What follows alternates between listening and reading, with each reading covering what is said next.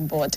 There's a classic saying that says that a woman is like a tea bag on Wednesday. It's so good to be back. Thank you. All right, good morning to all our viewers out there. It's another yet exciting day, Wednesday episode of the Mid-Morning Show. Today being the 12th of August, 2026. Good morning.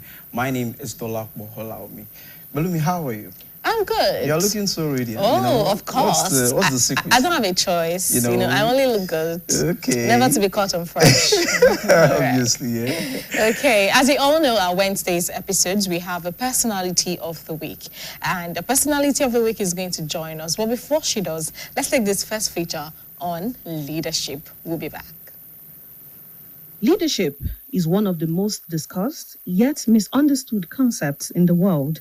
We see leaders in government, businesses, schools, communities, and families. Yet, despite its prominence, many still confuse leadership with authority, popularity, or power.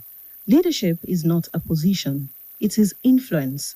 True leadership is service. Failure of some leaders should not cause us to abandon the concept of leadership itself. Rather, social media has amplified this misconception, often giving attention and authority to people who have not yet developed the character necessary to steward influence responsibly. However, leadership is not measured by how many people know your name. It is not determined by the size of your audience, your job title, or your position in an organization. Managers are not always leaders. Parents can be leaders. Students can be leaders. Teachers can be leaders. Friends can be leaders. Leadership exists wherever positive influence exists. A person does not become a leader because people follow them. A person becomes a leader when their presence, actions, and example positively shape the lives of others. At its core, leadership is the ability to inspire growth, cultivate potential, and guide people towards a better future. This is why leadership begins with self. A person who cannot lead themselves will eventually struggle to lead others. Before a leader can influence people, they must first develop the discipline to govern their own thoughts, emotions, actions, and habits. Leadership is not merely about directing others. It is about mastering one's self. Character matters. Integrity matters. Emotional intelligence matters. Humility matters. Without these qualities, leadership becomes dangerous. Power in the hands of an undisciplined person often results in control, manipulation, and abuse. But when leadership is rooted in character, it becomes a force for transformation. Leadership is not using people to satisfy personal ambitions. Leadership is not passing your wounds onto those you have been entrusted to guide. Healthy leaders create healthy environment. Secure leaders celebrate the growth of others. Mature leaders do not feel threatened when people around them succeed. Instead, they find joy in seeing others flourish. True leadership creates safety. People thrive where they feel valued, heard, respected, and empowered. A great leader understands that people perform at their best when they are encouraged rather than intimidated. They create environments where people are free to learn, grow, contribute, and become. This is where service becomes the heartbeat of leadership. The greatest leaders understand that leadership is not about being served, but about serving. They are often found doing the difficult, unseen, and sometimes messy work that others avoid. They understand that leadership is responsibility before it is privilege. They do not ask, how can these people serve my vision? Instead, they ask, how can I serve these people and help them become their best selves? A servant leader sees potential where others see limitation. A servant leader invests in people before expecting results from them.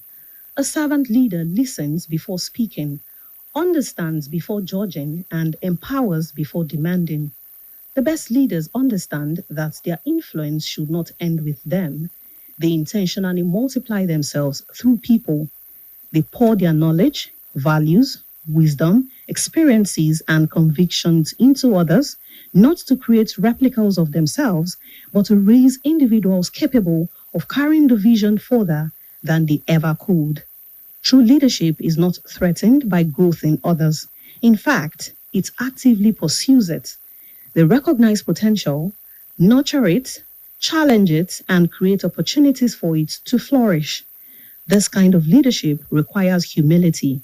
It demands the willingness to share platforms, delegate responsibilities, and celebrate the success of others. Secure leaders understand that their legacy is not measured by how indispensable they become, but by how many capable people they leave behind. When leaders multiply themselves in people, their impact extends beyond their lifetime. Their values continue. Their vision continues. Their influence continues through the lives they have invested in. In this way, leadership becomes more than a position or a period of service. It becomes a living legacy carried forward by others. The most impactful leaders are not remembered because they accumulated power. They are remembered because they multiplied potential. They mentored others. They shared knowledge. They created opportunities. They raised future leaders who would continue the work long after they were gone. This is the essence of legacy. A leader who builds everything around them creates dependence. A leader who builds people creates sustainability. That is the heart of leadership. That is the heart of service. Oh, ladies and gentlemen, my name is Dr. Smile. People are for a living. And you know what? If you are not watching mid-morning show, you are not a living thing.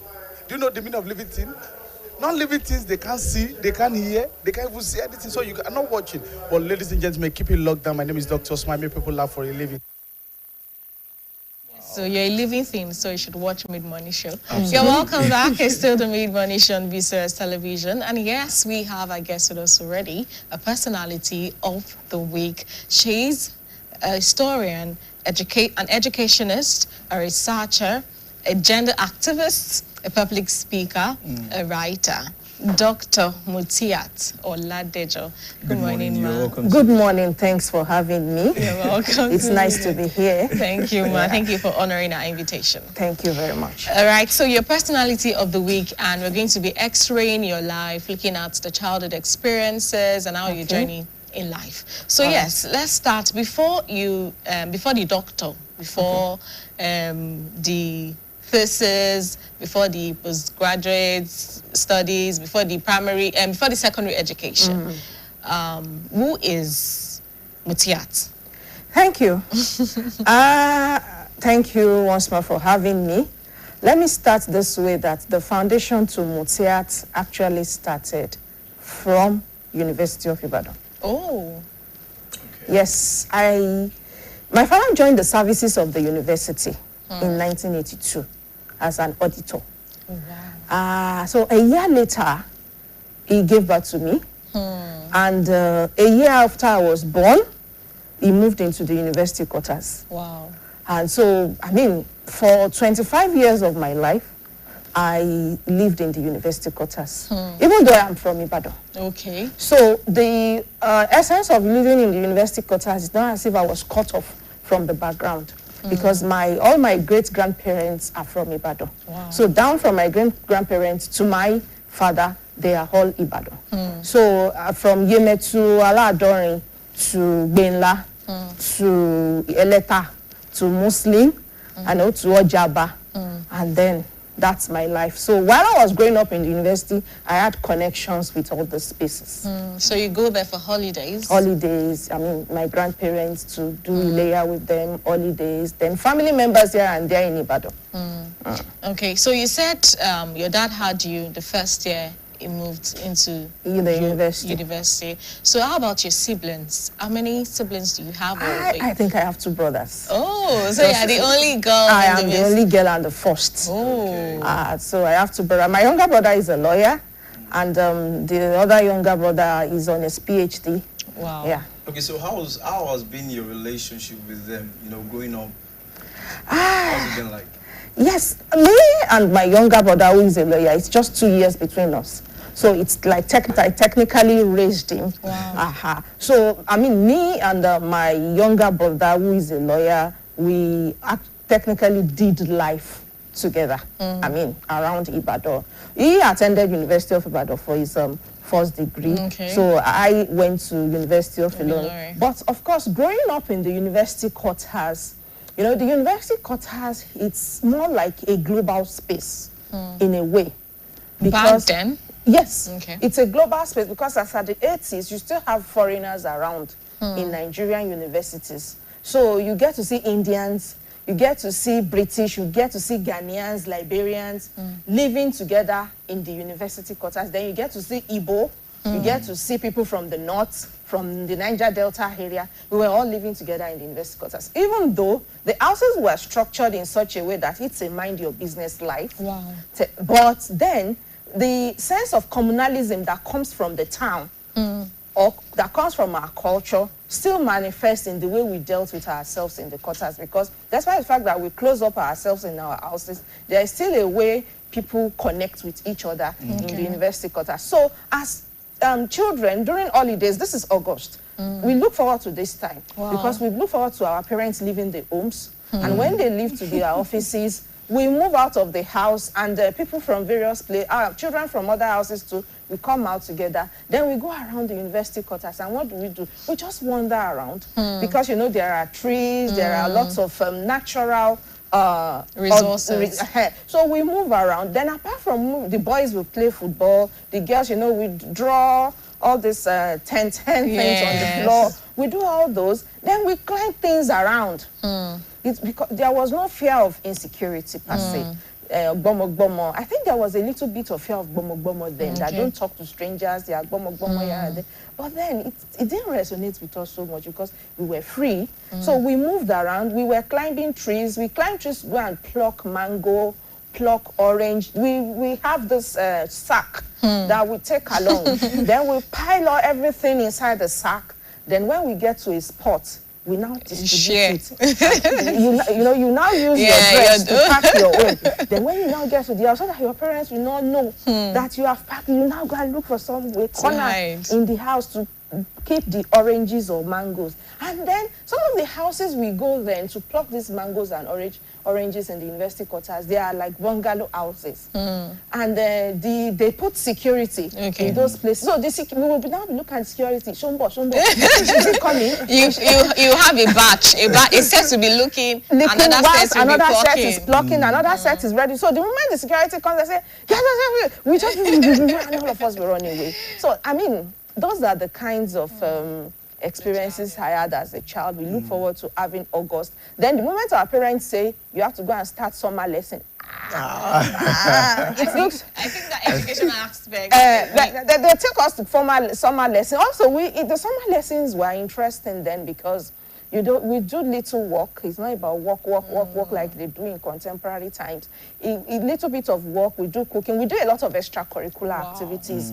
And it was still at the staff school, University of Ibadan then. So then there was a superb summer school, and everything was well structured then. The primary education in the country was still kind of has some standard. All right, Doctor, before we progress, we need to take this commercial. You know, when we are back, you tell us more about your university life story. Thank you. We'll be back. Stay with us.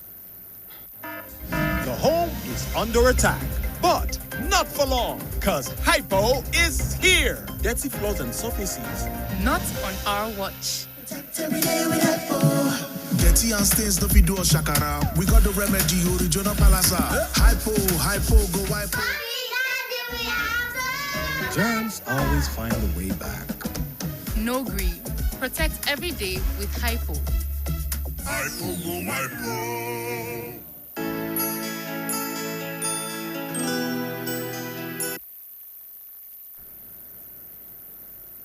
All right, so welcome back. It's still the mid-morning show on BCOS television, and we're in conversation with a personality of the week, Dr. Mutiat Oladejo. So, ma'am, looking at growing in, UI, would you say it's in a way shaped the woman you have become? But, you can just put it into the conversation. But we are back to the childhood experience in UI? Yes, it's shaped the woman I have become because I understand what is called diversity.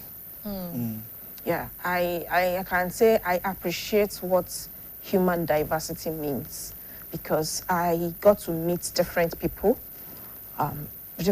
from ethnic, religious, race backgrounds. So it's made me kind of know how to relate with various people without necessarily compromising my own interests and identity. Okay. And yet, I'll still get the best out of the relationship. So let me put it that way. Okay, so would you say that the biggest influence in your life, or let me say from the beginning, your parents, who was more strict? Would you say it was dad, or would you say it was mom, growing up? Yeah, because this is me. I have issues with old style of parents. My father is 78 on Monday. Wow. And I've seen him in different 78 years. I mean, I knew him about 43 years now. Wow. I've seen different versions of him, and I could say that the version he is now is quite different from the version he was when I knew him. And when I first knew him, but I understand that growing up too, I understand that life has shaped him too in different ways. And but in all, I feel they were strict in those early years because they believed, or I think they had this fear. I see it as more fear that maybe as a girl child, they don't want a girl child to derail from the moral codes, you know. And so they were so particular about behaviors that goes out of the moral codes. So I see them as that. Yeah, that made them look harsh and strict. But along the line, I think they also left me to my life. Maybe by the time I was 21 plus, and I mean, they really tried to influence anything again. But I could say that much as one can have issues with some styles of parenting in the early years, it came out that their style of parenting was also influenced by the context at which they also grew up. And they have they have their perceptions of the problems in the society, and they don't want their children to fall into traps of problems. So that kind of influenced their parenting. But I can say that at times, this is me looking at parenting and some trajectories that even when some parents try to do those things, it still doesn't shape the child in the way the child wants. Sure. And I believe that with whatever a child is also a product of the innate values that comes out of the child. That's why in Yoruba parlance we say, I mean, that Atumbi aspect of it is very important. Now, the Atumbi aspect of it comes with discovery. It comes with discovery. So I feel like parenting should also, while trying to be straight, harsh, should also give room for the child to discover. All right. Yeah. Okay, so thank you for that, ma'am. Growing up in the university space, did it influence your career choice? You know, were you at any point thinking of becoming a lecturer, or what was your choice of career while growing up? That's a big deal. Okay. That's a big deal, actually. But what I will say is that the kind of education we were given, which is also the purpose of primary education, is to provide a holistic background to all spheres of knowledge to the children. So the Staff School University of Ibadan was actually a space that provided the opportunity for a child to be exposed to various aspects of life, of which in later years, it will enable the child to choose or to adjust to or to integrate into whatever comes the way of the child. So, I mean, for example, when we were in staff school, the first thing we do in the morning is dictation and multiplication table. That's kind of helped in spellings. I see, when I did some INOC work and these jobs here and there, I see young graduates, how they struggle to write correct spellings, how they struggle to do simple mathematics. Some young chaps cannot calculate from their head. But for me, as I am now, if I see some calculation, some mathematics, I don't need calculation. I'll do it from my head. That's the kind of training we were given. So those training alone, it's kind of creates a human being that will be able to understand different dynamics and adapt. Because first thing in the morning, the teacher will say, dictation, number 1 to 20. And in 5 minutes, the teacher has dictated all the words. And at the end of the day, you will be shamed. I mean, shamed relatively. And by the time everybody stand up, 20, sit down. 18/20, sit down. 16, sit down.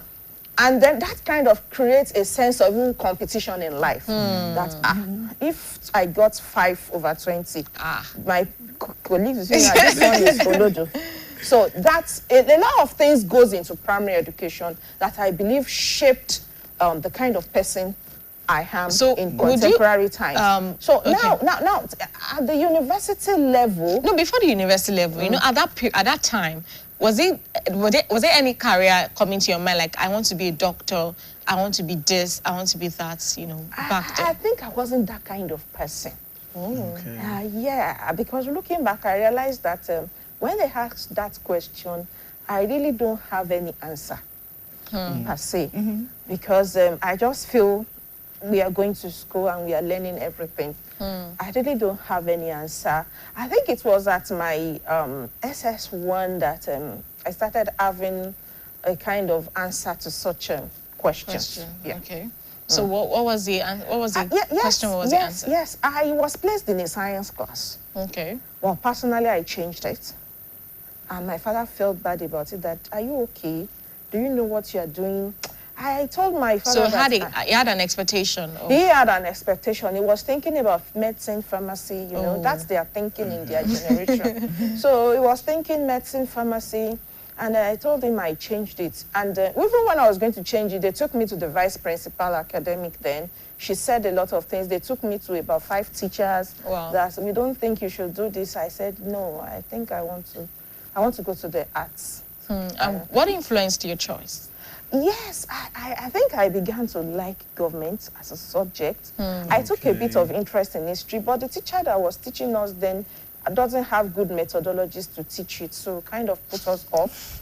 Then, but for government and for economics, I loved those subjects so much. So that kind of influenced how I stood my ground. No, I'm not going to the science. Okay, so were there any major challenge, even at that particular point, at that when you were in art class?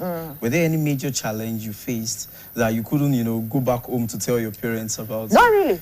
Not at all. Not at all. Because I realized that at the end of SS2, I was given the best student in economics in 1998, I think, in Aberdeen College. So there was none. I even got a scholarship of Ibadan Foundation. Wow. Yeah, Ibadan Foundation, it's a prominent society in Ibadan. Yeah, so they gave me a scholarship then, also in 1998. Okay, so how did your parents feel about that? The scholarship? Yeah. My father is a kind of person, much as he is harsh, any little thing that I achieve, he will blow it up. To the extent I have, I don't feel comfortable with the way he blows it up. But my father, any little thing I achieve, my father will blow it up. And so when I got the scholarship, my father told almost everybody in this world that, oh, she got the scholarship. I think we went to Kakan for him then to receive the scholarship. And then there are lots of prominent Ibadan people at the Kakan for him that year in 1998. And you know, we were there, we enjoyed it, they gave us the scholarship, it was celebrated. So right from there, I look at my father like, why? Why do we have to celebrate. When I got my GC result, he celebrated everything. He will celebrate. He makes sure he celebrated everything. It's a major milestone, so definitely it should be celebrated. So yes, growing in Ibadan, all your life for that period, why did you pick University of Ilorin? Yes, in fact, I wanted to go to University of Lagos. Oh, why? Yeah. You wanted to leave Ibadan and jackpot to Lagos? Yeah, it could be boring. I mean, put yourself in my shoes. You grew up in the university quarters. When you wake up in the morning, it's all within the university, Okay. So it got to a point I was like, no, we should be able to go Explore. to other places and see how other places look like. That was the thinking then. Wow. So eventually I picked University of Ilorin. The idea was just that my father said, look, I don't have money. Anything short of a federal university, count me out. Okay.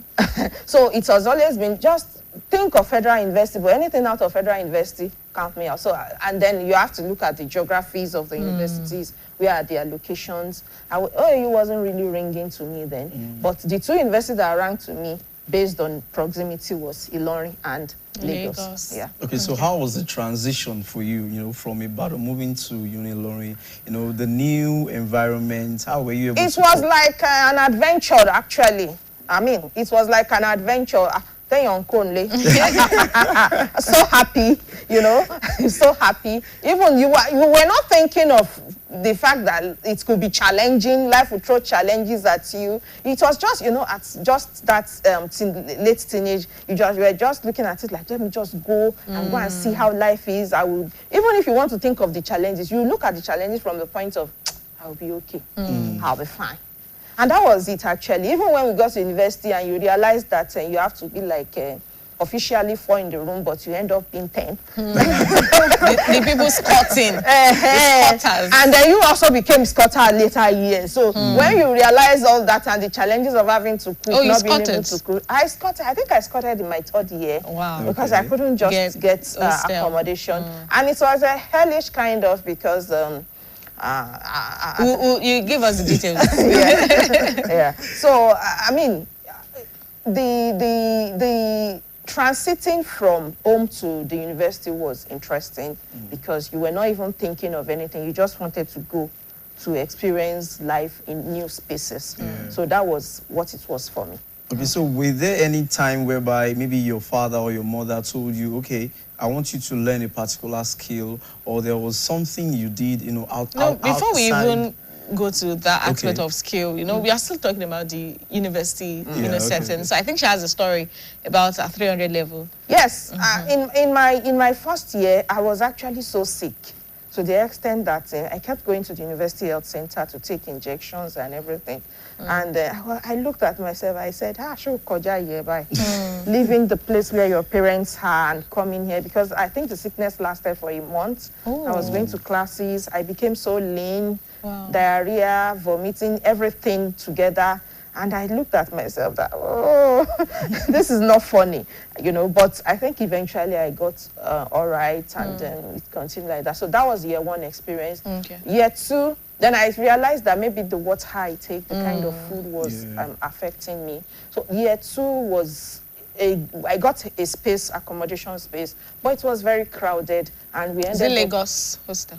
No, it was even when Unilorin had mini campus. Oh, damn. Yeah, it was when Unilorin had mini campus. So we were there, the space was crowded. In fact, my mother came, and the moment my mother wanted to pass through the corridor of the room, my mother said, I said, she said everybody was cooking and everything was moving, noise, everything. I was like, I said, that's all we be. It's still interesting to me. So it's still interesting to me then. Then year 3 came. I didn't get the accommodation. So I had to scout with somebody that was in year 1. Okay. And I felt disrespected a lot. Wow. If I knew that to come along with a lot of disrespect, I wouldn't have. But it was okay because along the line, I had to go and be sleeping in some other friends' room because most of them were year 1, so they had a lot of things they do. They tamper with everything, destroy everything. But it was okay. Year 3 was like, oh, let this year just end. Because it came with a lot of challenges and all that. Then I made friends. Okay. I made some family friends. Maybe that kind of influenced me to also make family friends in Ilorin. You know, I got a friend whose father was a professor in the university then. So once it's weekend, I'll just pack my things and go to their house to at least have some bliss before we come back to the campus. Did you at any point see, you know, UI students, people you grew up with in the university space, did you at any point see them in Unilorin then? Yes, I did, but they were very few. Oh, okay. Very, very few. I think some of them that we actually went to staff school together, but we didn't go to the same secondary school. Oh. But I realized that we found ourselves, but you know, we're not in the same faculty or department, so we just see ourselves sparingly once in a while. So transportation, I know University of Ilorin has always had that transportation issues, but you said you were not at the main campus. It was 2 years after I left that they all moved to the main campus. So you were having your lectures at the mini campus as Yes. well. So it was quite easy. No, we have a lot of all our administrative affairs was at the main So campus. how were you commuting? Oh, we don't go every time, Okay. you know, but we at least we go maybe once in 2 weeks. We may have to go, and it was kind of cumbersome. I get where you are going to, because by the time you get to the university main campus, and then the lecturer says, "I didn't give you appointment." Oops. And you thought of how you stood for 45 minutes in Tanke. You know Tanke? Exactly. How you stood for 45 minutes in Tanke before you could get bus, and then you not stood alone, queue. Then you would think of how you will also queue So going back to town. When you think of that, then, you know, and I tell some of the students I have now that they're actually enjoying. Because they can actually knock our door and just say, come in, and then we don't frown face, we don't, Yeah, you know. accessible. But, yeah, in those days I tell them, you know, you will keep praying and rehearsing what you want to say before you can knock the lecturer's door like this. You will keep praying and rehearsing. And when you enter, you will be so careful that you comport yourself very well. Because then I tell them, the lecturers, then they will just say, get out, that get out alone already messed up with your brain, and then you are out. But then I understand that it's also generational anyway. I mean, that get out, I was used to it because my father, when I say I want to do this, no. His no looks like a thunder. Was thunderous. No, it's not possible. And then you be like, you start thinking that, how do I navigate this? No, it's not possible. So I think those lecturers were the generations of my father too. And so I could understand all their, so it comes with a lot of fear to pray that they should just be granted what you want from them. So, but now, I feel like it doesn't mean that one should indulge students in contemporary times because, of course, generations, they could be funny, you know, trying to do things against the rules.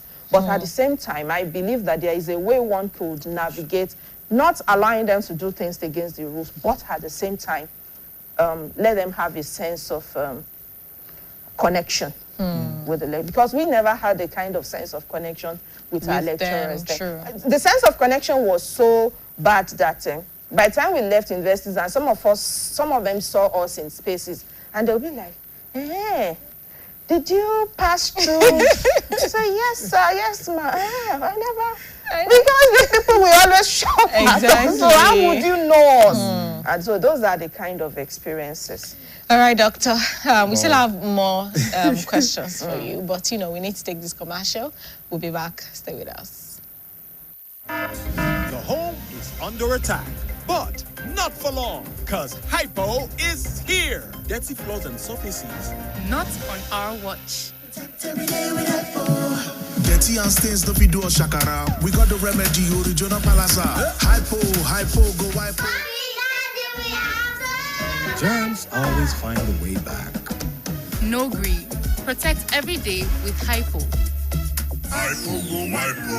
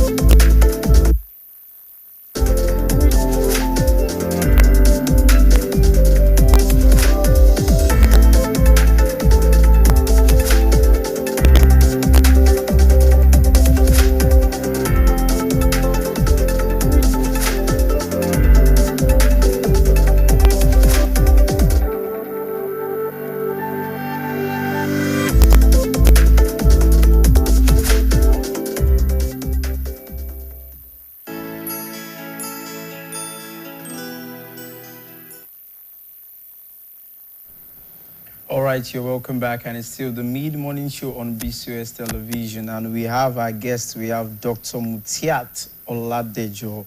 She's an historian, an educationist, a writer, a researcher, a public speaker, and a gender activist.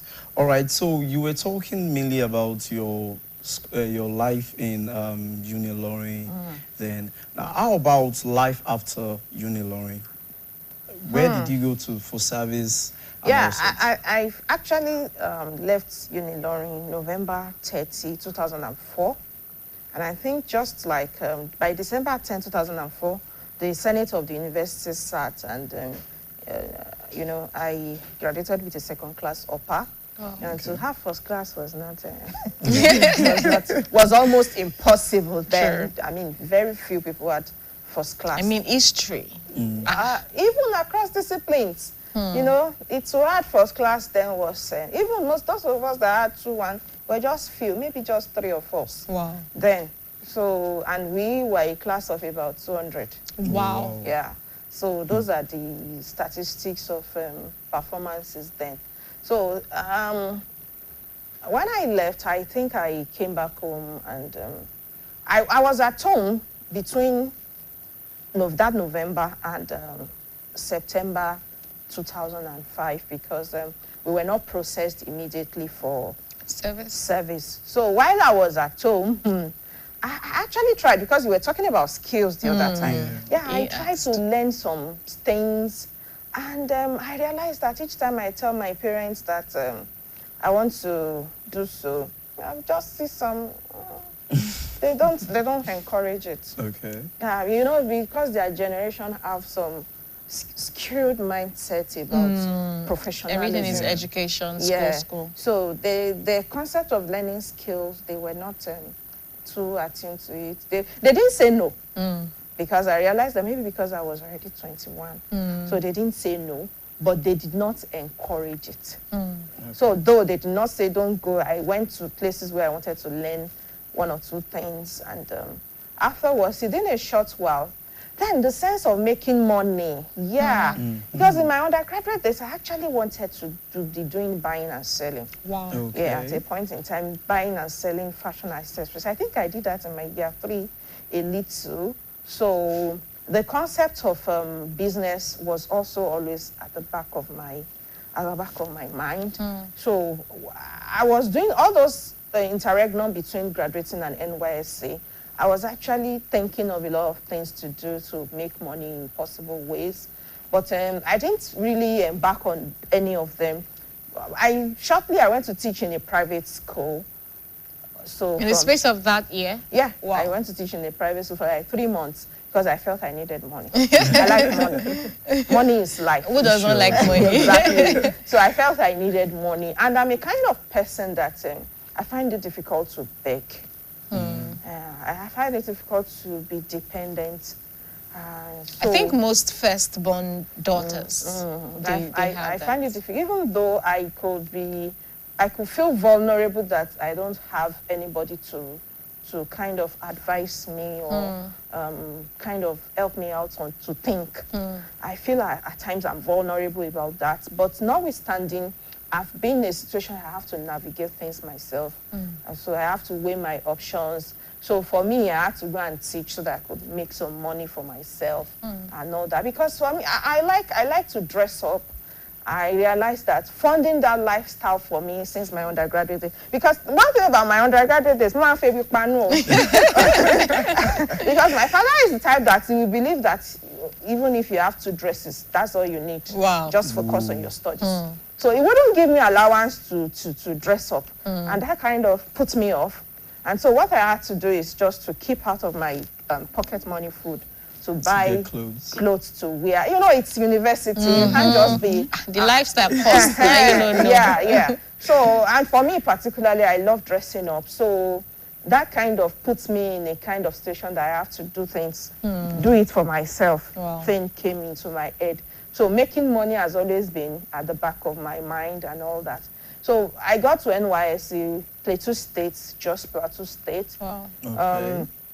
Yeah, also, first time moving from the south to the north. Okay, well, Ilorin is also part of the north, technically. Central. So, but this is further. So, I went by road, of course, to Jos, and getting to the camp, it was so cold. Jos is very cold. In fact, when I compared Jos, I see the kind of cold weather in Jos. I see it outside Nigeria too. In places like Southern Africa, the kind of weather you have in Jos is also the kind of ones you have in Southern Africa. And it's even cooler in those spaces. This, I think, June, July in Germany too, as that kind of, when we are already shaking here, is the kind of weather they have in the summertime, June, July in Germany. So that weather also was a strange thing to me that, no, this is serious. So we don't take our bath in the morning immediately. We wait for the sun to come out around 12, 1 o'clock before you take your bath, especially if you don't have resources to boil water. So that was the way life, there are lots of rocks in Jos, the weather. And that's why I realized that Europeans like to settle in Jos a lot. Jos too was the mini Nigeria. I was in Jos, not local government. Jos was a mini Nigeria. And in that place, you realize that you have Igbo, you have Yoruba. In fact, there is a trading company around the terminus market in Jos, where you have names of Yoruba people that own those trading firms. Then there are some places that it's only Yoruba people that built houses there. Same thing, you have Igbo people. In fact, when I was in Jos, there is a mama we call Mama Lagos. She's from Ijebu. She married Ife. She was almost in her 80s or 90s then. She was the one that was our landlady. And she accommodated us, and she made us understand that she was actually born in Jos in the 1920s there. Oh, wow. So you could see, and then the kind of inscriptions we see on our houses here in Yoruba land, I actually saw it in Jos, and you see Tiolu Anile Atekon, built in 1898. I was like, wow. So Yoruba people had been here. Then I hadn't done my master's in history, but I noticed this signifiers. So by the time I did my master's and we did a course on intergroup relations, I got to realize that, so this concept of intergroup relations was actually something that explains the history of our societies, that it's not necessary that Yoruba people are only in southwest Nigeria alone. Yoruba people are in various places. So you have Igbo people in Jos, you have Hausa people in Jos, a lot of people. So that's why I call it a kind of mini Nigeria. So how did you enjoy your time in Jos? Their food, the people, new culture? Yeah, well, we were coppers, and not too much. Were there preferential treatments back then for corps members? No, we were just on our own. The Nigerian government, that's why I have issues with the Nigerian government. Because, it's all for you are all for yourself. Whether you are safe or not is none of anybody's business. So you have to make sure you are safe, because I remember then, they just finished the conflict in Jos that we got there in 2005. And we could see the ruins of the Wahala. And we were even told that because of our religion and because of our background, that there are some places we should not try and serve there. Wow. Yeah, so, I won't name the places, and somebody just told us that you could be sleeping at night and they'll just throw fire at your house. Even if one is going to end life, it shouldn't end like that. So that was it. So we decided to most of us, a lot of people actually relocated back to the city, which is Jos North. So Jos North was a very interesting place. Okay. So we got to, it's like you are living in the way, the Jos North was what I witnessed in the university quarters. So where you have various categories of people. So living in Jos North too had made me have the sense of diversity, where you have Igbo, Yoruba. You could be walking on the street, you see Igbo, you see Yoruba, you see Birom, you see Fulan.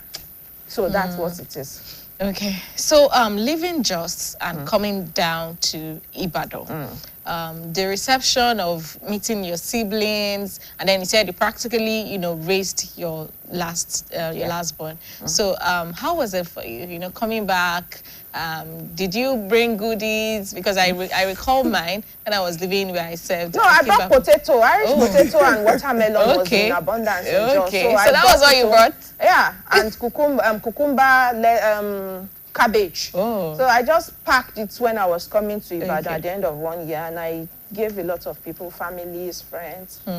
Yeah. How about your siblings? My siblings, because they are boys, they don't act any. Boys have a way of they're just okay. They're just okay with everything. They just look at me. The one that is my younger brother, we just look at me and listen to everything and I have to say. But he has a way of listening to me that you see the love. You just listen, you will listen, and you will just ask some few questions, and that's it. For the other one that was younger, he was in secondary school then, and then I had to start learning driving. So I actually learned driving, taking him to school and bringing him back home. I think that kind of also helped me to be able to drive at that initial stage. Okay. So that was it. Okay, so I know that sometimes, parents would think that once you're done with your primary, secondary, university, you're done serving, the next thing is marriage. So did it at any point, cross your parents' mind to say, okay, it's high time we see your lover or something? Or were you the one who initiated going for masters just to escape that? Of course, doing masters was a sure thing, considering the kind of background I have. Yes, you had. Yeah, so, my father, has 2 masters. So doing masters was sure. Okay. So that wasn't debatable, and I don't think I had issues with it. So my father just advised that since you do BA Head History, that it's better you do MA History, even though in my mind I wanted to do MBA. Okay. And, be a business person, kind of. But he said, but because my father is kind that if he believes something is good for you, he will not want to listen to your opinion. If he believes something is good for you, your opinion will not count. So whether you like it or not, it is what he believes is good for you that he will want you to do. So that was how I obtained the form for MA History. And so no marriage? Marriage. My father was so strict that marriage was not in his thinking in any way. Wow. Marriage was never in his thinking. But I think he got to know that I was dating someone. But I noticed that even when he knew, he has a way that he didn't say anything. Okay. He was just looking. And I understand why he just had to. I think, of course, my father is a very high on wisdom. So I noticed that he didn't just say anything. He didn't say, oh, you are doing what is wrong. And he didn't say you are doing what is right. He just kept short. And he was just looking. How about your mom? Yeah, according to them, how would you describe your relationship? Oh, that guy that people used to walk around. What was it to you? And was it during masters, or when was that? Around masters and shortly after masters. Okay. My mother just said, what is it? I noticed that you people used to walk around. I said, this. My mother said, okay. That was it. But by that time I was already like 24, 25. So my mother just asked that question, and she just said, okay. My father did not ask any question, but he saw everything. He didn't say yes, he didn't say no, he was just looking. Yeah. Okay. So by the time I came to them, I think when I was 25, that I want to get married, my father said, hey, then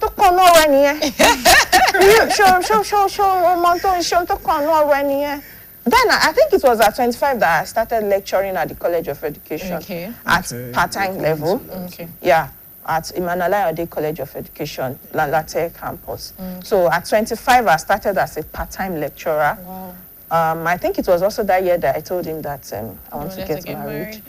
I already finished my master's, and I think, yeah, I already finished my master's, and I was planning to take the PhD form. Okay. So he said, hey, don't come already, I can come.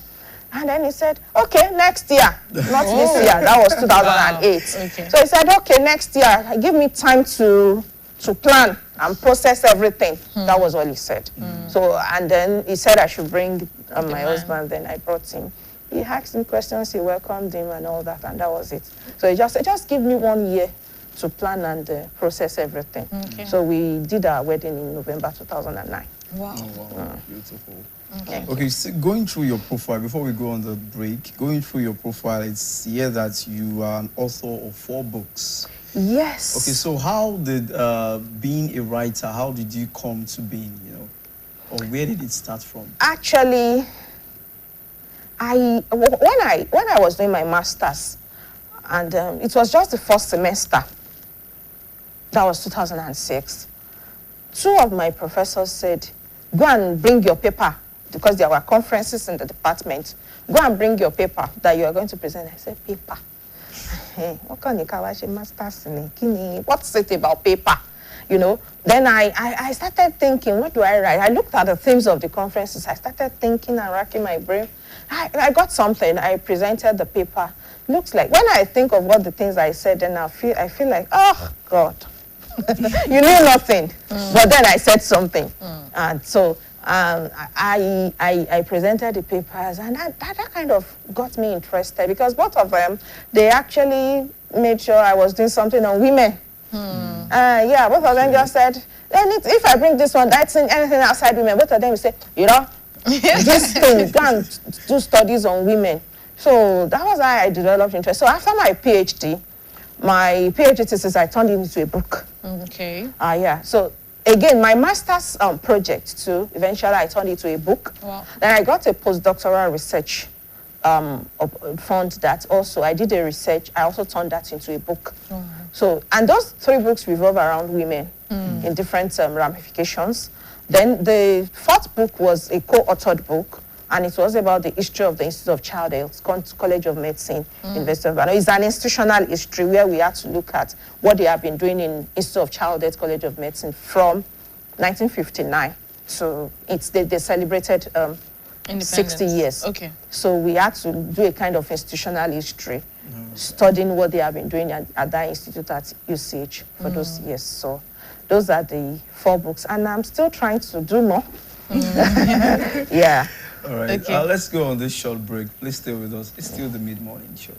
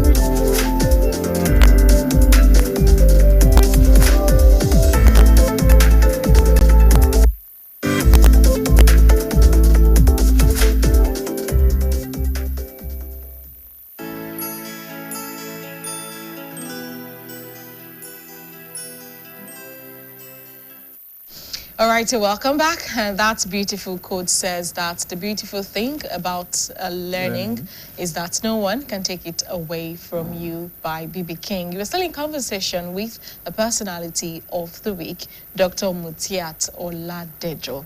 So, ma'am, I saw your profile now. I saw that you later went for MBA at OAU. Yeah. But that was after you were married. Yes. Okay, so how do you juggle marriage, your career, being a public speaker, the writing gigs, and how do you juggle everything together?